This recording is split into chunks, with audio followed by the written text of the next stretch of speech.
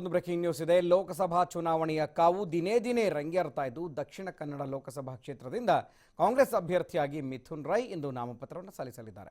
BJP ಭದ್ರಕೋಟೆ ಅಂತಾನೆ ಕರೆಸಿಕೊಳ್ತಾ ಇರುವ ದಕ್ಷಿಣ ಕನ್ನಡದಲ್ಲಿ ಈ ಬಾರಿ ಕಾಂಗ್ರೆಸ್ ಅಭ್ಯರ್ಥಿಯಾಗಿ ಮಿಥುನ್ ರೈ ಕಣಕ್ಕಿಳಿತಾ ಇದ್ದು ಮಂಗಳೂರು ಪುರಭವನದಲ್ಲಿ ನಡೆಯಲಿರುವ ಕಾಂಗ್ರೆಸ್ ಸಮಾವೇಶದ ಬಳಿಕ ಮಧ್ಯಾಹ್ನ 12:30ಕ್ಕೆ ಜಿಲ್ಲಾಧಿಕಾರಿ ಕಚೇರಿಗೆ ತೆರಳಿ ನಾಮಪತ್ರವನ್ನು ಸಲ್ಲಿಸಲಿದ್ದಾರೆ. ದಕ್ಷಿಣ ಕನ್ನಡದಲ್ಲೂ ಕೂಡ ರಾಜ್ಯದ ಲೋಕಸಭಾ ಚುನಾವಣಾ ಕಣ ರಂಗೇರ್ತಾ ಇದೆ. ಇವತ್ತು ನಾಮಪತ್ರವನ್ನು ಕಾಂಗ್ರೆಸ್ ಪರವಾಗಿ ಮಿಥುನ್ ರೈ ಸಲ್ಲಿಸ್ತಾ ಇದ್ದಾರೆ. ಬಿಜೆಪಿ ಕೋಟೆ ಅಂತ ಹೇಳಲಾಗ್ತಾ ಇರುವ ಮಂಗಳೂರಿನಲ್ಲಿ ಯಾವ ರೀತಿಯ ಅಲೆ ಇದೆ, ಕಾಂಗ್ರೆಸ್ ಈ ಬಾರಿ ಗೆಲ್ಲುತ್ತಾ ಅನ್ನುವಂಥದ್ದು ಕೂಡ ಸಾಕಷ್ಟು ಕುತೂಹಲವನ್ನು ಕರೆಸ್ಕೊಳ್ತಾ ಇದೆ. ದಕ್ಷಿಣ ಕನ್ನಡದಲ್ಲಿ ಈ ಬಾರಿ ಕಾಂಗ್ರೆಸ್ ಅಭ್ಯರ್ಥಿಯಾಗಿ ಮಿಥುನ್ ರೈ ಕಣಕ್ಕಿಳಿತಾ ಇದ್ದಾರೆ. ಮಂಗಳೂರು ಪುರಭವನದಲ್ಲಿ ಒಂದು ಕಾರ್ಯಕ್ರಮ ನಡೆಯುತ್ತೆ, ಸಮಾವೇಶ ನಡೆಯುತ್ತೆ. ಆ ಸಮಾವೇಶಕ್ಕೆ ಈಗಾಗಲೇ ಸಕಲ ಸಿದ್ಧತೆಗಳು ನಡೀತಾ ಇದ್ದಾವೆ, ನೋಡ್ತಾ ಇದ್ದೀರಿ. ನಂತರ ಮಧ್ಯಾಹ್ನ 12:00ವರೆಗೆ ಜಿಲ್ಲಾಧಿಕಾರಿ ಕಚೇರಿಗೆ ತೆರಳಿ ಮಿಥುನ್ ರೈ ನಾಮಪತ್ರವನ್ನು ಸಲ್ಲಿಸಲಿದ್ದಾರೆ.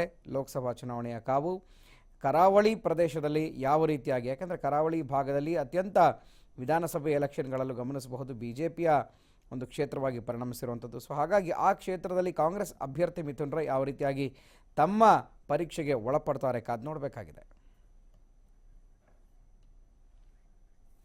ಈ ಬಗ್ಗೆ ಮತ್ತಷ್ಟು ಮಾಹಿತಿಯನ್ನು ನಮ್ಮ ಮಂಗಳೂರು ಪ್ರತಿನಿಧಿ ಪ್ರಜ್ವಲ್ ಅಮೀನ್ ನೇರ ಸಂಪರ್ಕದಲ್ಲಿ ಕೊಡ್ತಾರೆ. ಪ್ರಜ್ವಲ್, ಕಾಂಗ್ರೆಸ್ ತಮ್ಮ ಅದೃಷ್ಟ ಪರೀಕ್ಷೆಯನ್ನು ಮಾಡ್ತಾ ಇದೆ ಕರಾವಳಿ ಭಾಗದಲ್ಲಿ. ಸಾಕಷ್ಟು ಬಿಜೆಪಿಯ ಬೆಲ್ಟ್ ಅಂತಾನೆ ಹೇಳಿಸ್ಕೊಳ್ಳುವಂಥ ಪ್ರದೇಶದಲ್ಲಿ ಈ ಬಾರಿ ಕಾಂಗ್ರೆಸ್ನ ಮಿಥುನ್ ರೈ ಮಣೆ ಹಾಕಿರುವಂಥದ್ದು. ಹಾಗಾಗಿ ಅವರು ನಾಮಪತ್ರವನ್ನು ಸಲ್ಲಿಸ್ತಾ ಇದ್ದಾರೆ. ಎಷ್ಟೊತ್ತಿಗೆ ಒಂದು ಕಾರ್ಯಕ್ರಮ ನಡೆಯುತ್ತೆ, ಅಲ್ಲಿನ ಬೆಂಬಲಿಗರು ಅಭ್ಯರ್ಥಿಗಳ ಪರವಾಗಿ ಏನು ಹೇಳ್ತಾರೆ ಅಂತ?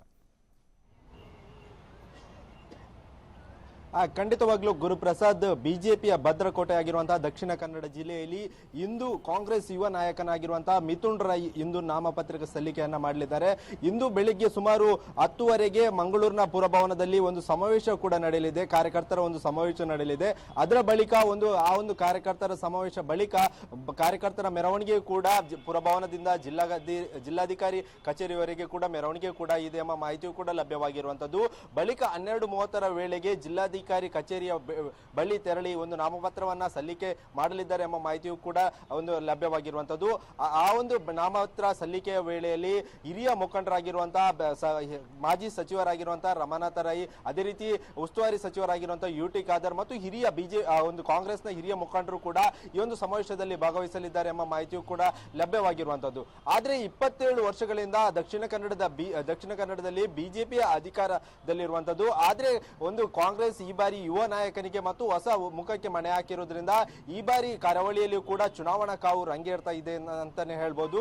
ಕೊನೆಯ ಕ್ಷಣದಲ್ಲಿ ಯುವ ನಾಯಕ ಮತ್ತು ಹೊಸ ಮುಖ ಮಿಥುನ್ ರೈಗೆ ಕೂಡ ಈ ಒಂದು ಮಣೆ ಹಾಕಿರೋದ್ರಿಂದ ಸಾಕಷ್ಟು ಕುತೂಹಲವು ಕೂಡ ದಕ್ಷಿಣ ಕನ್ನಡ ಲೋಕಸಭಾ ಚುನಾವಣೆಯಲ್ಲಿ ಕೂಡ ಒಂದು ರಂಗೇರಿರುವಂತದ್ದು.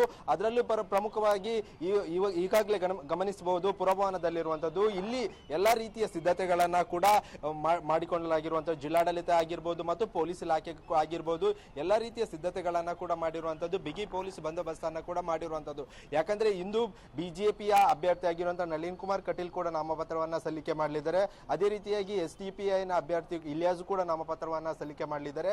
ಆ ಒಂದು ಹಿನ್ನೆಲೆಯಲ್ಲಿ ದಕ್ಷಿಣ ಕನ್ನಡ ಜಿಲ್ಲೆಯ ನಗರ ಭಾಗದಲ್ಲಿ ಎಲ್ಲಾ ರೀತಿಯ ಪೊಲೀಸ್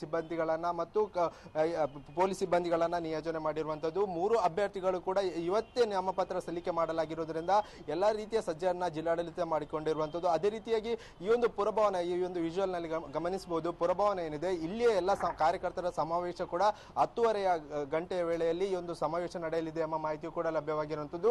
ಎಲ್ಲಾ ರೀತಿಯ ಸಿದ್ಧತೆಗಳನ್ನ ಕೂಡ ಆ ಪುರಭವನದ ಸಭಾಭವನದಲ್ಲಿ ಎಲ್ಲ ರೀತಿಯ ಸಿದ್ಧತೆಗಳನ್ನ ಮಾಡಲಾಗಿದ್ದು, ಅದೇ ರೀತಿಯಾಗಿ ಇಂದು ಬೆಳಗ್ಗೆ 5ರಿಂದನೇ ಮಿಥುನ್ ರೈ, ಕಾಂಗ್ರೆಸ್ ಅಭ್ಯರ್ಥಿ ಆಗಿರುವಂತಹ ಮಿಥುನ್ ರೈ ಒಂದು ದೇವಸ್ಥಾನಕ್ಕೆ ಕೂಡ ಭೇಟಿಯನ್ನ ಕೊಟ್ಟು ವಿಶೇಷ ಪೂಜೆಯನ್ನ ಕೂಡ ಸಲ್ಲಿಕೆಯನ್ನ ಮಾಡ್ತಿದ್ದಾರೆ. ಅದೇ ರೀತಿಯಾಗಿ 9 ಗಂಟೆಯ ವೇಳೆ ಹಿರಿಯ ನಾಯಕರಾಗಿರುವಂತಹ ಜನಾರ್ದನ ಪೂಜಾರಿ ಅವರನ್ನ ಕೂಡ ಭೇಟಿ ಮಾಡಿ ಆಶೀರ್ವಾದ ಪಡೆಯಲಿದ್ದಾರೆ ಎಂಬ ಮಾಹಿತಿಯು ಕೂಡ ಲಭ್ಯವಾಗಿರುವಂತದ್ದು. Guruprasad. Okay, thank you Prajwal ತಮ್ಮೆಲ್ಲ ಮಾಹಿತಿ.